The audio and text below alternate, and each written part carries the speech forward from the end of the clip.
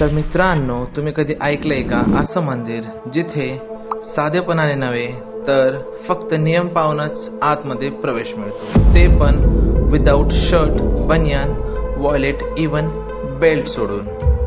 आणि दर्शन घेण्यासाठी तुम्हाला जावे लागेल 1 ते 2 फुटाच्या भुयारी मार्गातून, ते पण सरपटत. फक्त पुरुषांनाच हा प्रवेश मिळतो, महिलांना मात्र बाहेरूनच दर्शन घ्यावं लागतं. तर असं का असेल आणि या परंपरेमागचा इतिहास काय आहे, तर चला जाणून घेऊया. तर आज आपण जाणार आहोत त्या रहस्यमय ठिकाणी, म्हणजेच श्री संत कानिफनाथ गडावरती. तर चला सुरुवात करूया आपल्या प्रवासाला. तर हा गड बोबगाव येथे आहे आणि पुण्यापासून 25 ते 30 किलोमीटर अंतरावर हा गड आपल्याला लागतो. बाईकवर प्रवास करताना रस्ता हिरवागार आणि डोंगराळ आहे. मित्रांनो, रस्त्यावरून जाताना आम्हाला बारीक बारीक पाऊस आणि हलकेसे धुके दिसले. त्यामुळे गाडी साईडला थांबून माझ्या मित्राने घातला रेनकोट आणि मी पावसाचा आनंद घेत घेत निघालोय प्रवासाला. तर मित्रांनो, रस्त्याने जाताना लक्षात ठेवा की रस्ता थोडा डोंगराळ आहे आणि रस्त्यामध्ये काही ठिकाणी खड्डे आहेत, तर बाईक जरा जपून चालवा. आणि हे अजून महत्त्वाचं ठरते जेव्हा पाऊस आणि धुके वाटायला येतात, तर सेफ्टीला पण इम्पॉर्टन्स द्या.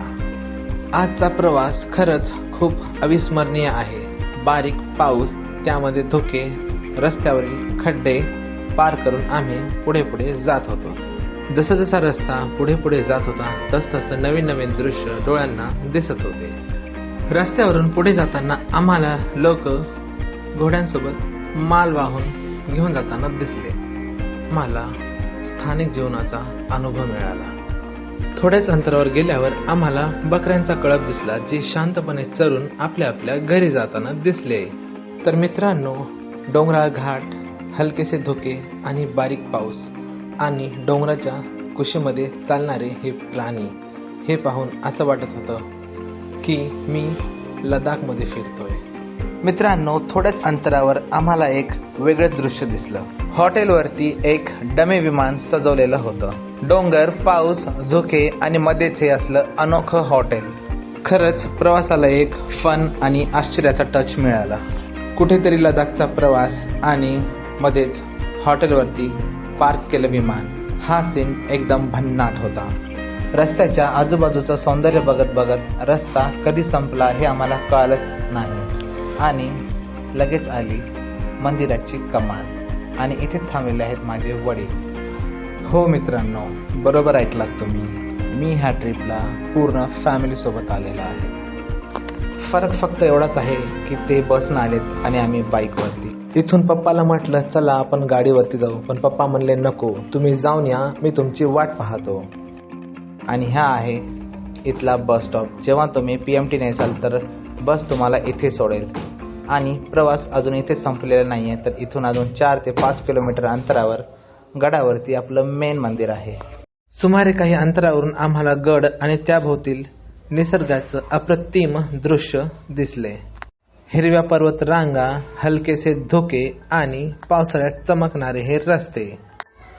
आजूबाजूला सुंदर अशा फुलांच्या बागा आणि हिरवीगार शेती दिसत होती.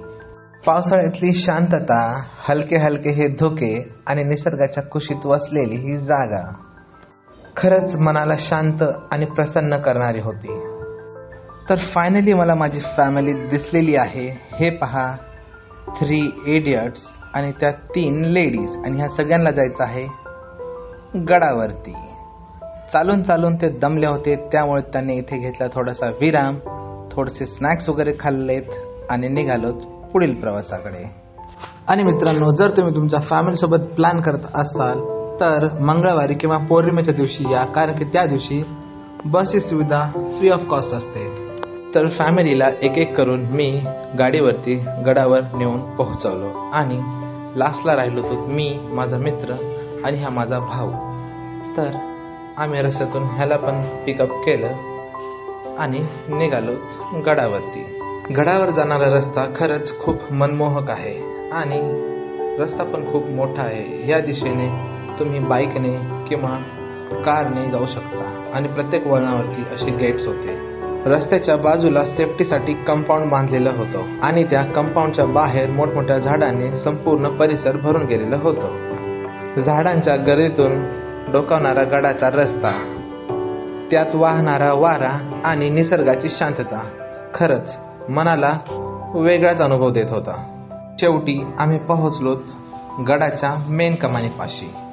येथील व्यवस्था पाहून मनाला खूप आनंद झाला. इथे पार्किंग करण्यासाठी खूप मोठी जागा आहे, 2 व्हीलर आणि 4 व्हीलर साठी, ते पण फ्री ऑफ कॉस्ट.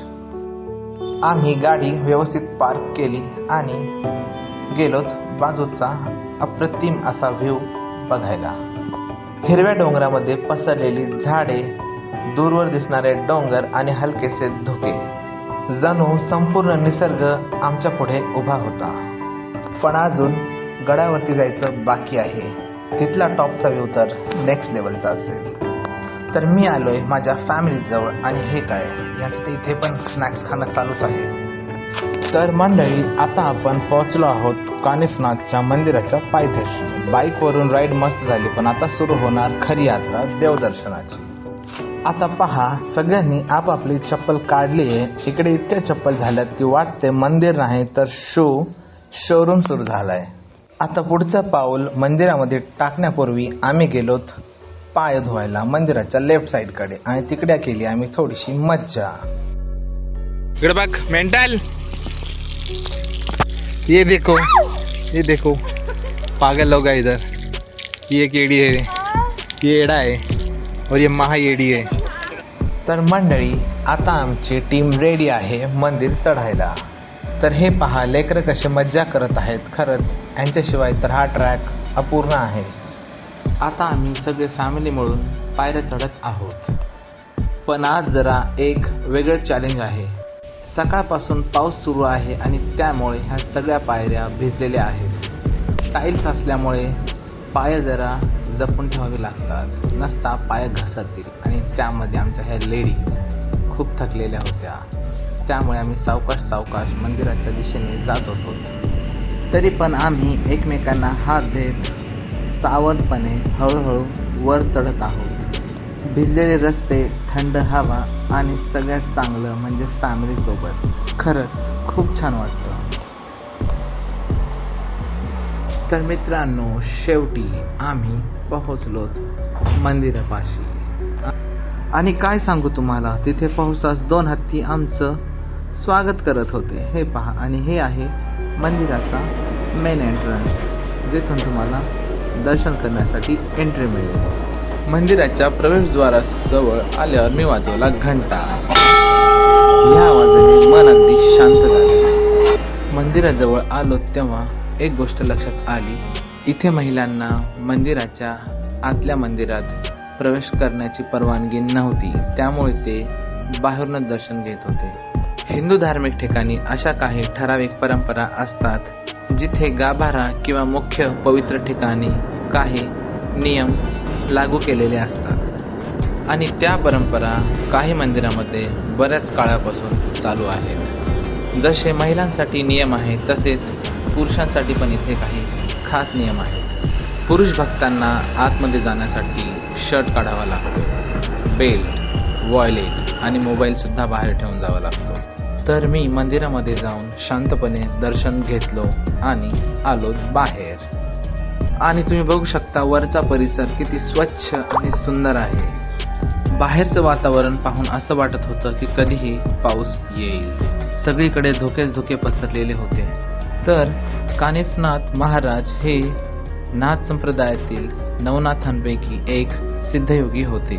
त्यांचं मूळ नाव कानिफ किंवा कानिफनाथ असे होते. त्यांनी इथल्या डोंगरावरती तपश्चर्या केली, साधना केली आणि इथेच सिद्धी प्राप्त केली. या ठिकाणी त्यांनी दिवसानुदिवस ध्यान, योग आणि शक्ती साधना केल्यामुळे हा डोंगर कानिफनाथचा डोंगर म्हणून ओळखला जातो. त्यांच्या वास्तव्यामुळे आणि त्यांनी केलेल्या साधनेमुळे इथे उभारलेल्या मंदिराला कानिफनाथ मंदिर असे नाव पडले. नाथ संप्रदायामध्ये असं मानलं जातं की कानिफनाथ हे मोठ्या हत्तीच्या कानातून जन्माला आले होते. त्यांच्या गुरु जालिंधरनाथ यांनी त्या हत्तीवर मोहिनी विद्या वापरली होती ज्यामुळे हत्ती शांत झाला आणि त्याच्या कानातून कानेपनाथ बाहेर आले. मंदिराच्या भोवती अजूनही काही छोटी छोटी मंदिरे आहेत आणि त्या प्रत्येक ठिकाणी वातावरण एकदम शांत आणि पवित्र वाटत होतं. आजूबाजूचे थोडेसे धुके, थंड वारा आणि त्या शांततेत फिरताना जणू मनाला एक वेगळीच शांती भेटत होती. त्यानंतर आम्ही काही ग्रुप फोटोज काढलेत. फॅमिलीसोबत फोटो काढण्याचा आनंद हा वेगळाच असतो. हा क्षण खूप खास होता, कारण प्रवास कितीही सुंदर असला तरीही अशा आठवणी कॅमेऱ्यामध्ये कैद केल्या की नंतर पाहताना आणखीन छान वाटतं. तर आजूबाजूचं वातावरण बघून तर असं वाटत होतं की पाऊस आता येण्याच्या मार्गावर आहे आणि आम्हाला पण आता इथून लवकर घाई करावी लागेल जाण्यासाठी. पण जाता जाता एक आठवण म्हणून आम्ही गेलोत या मंदिराच्या बेस्ट पार्ट पाशी, जिथून संपूर्ण डोंगराचा व्ह्यू एकदम जबरदस्त दिसतो.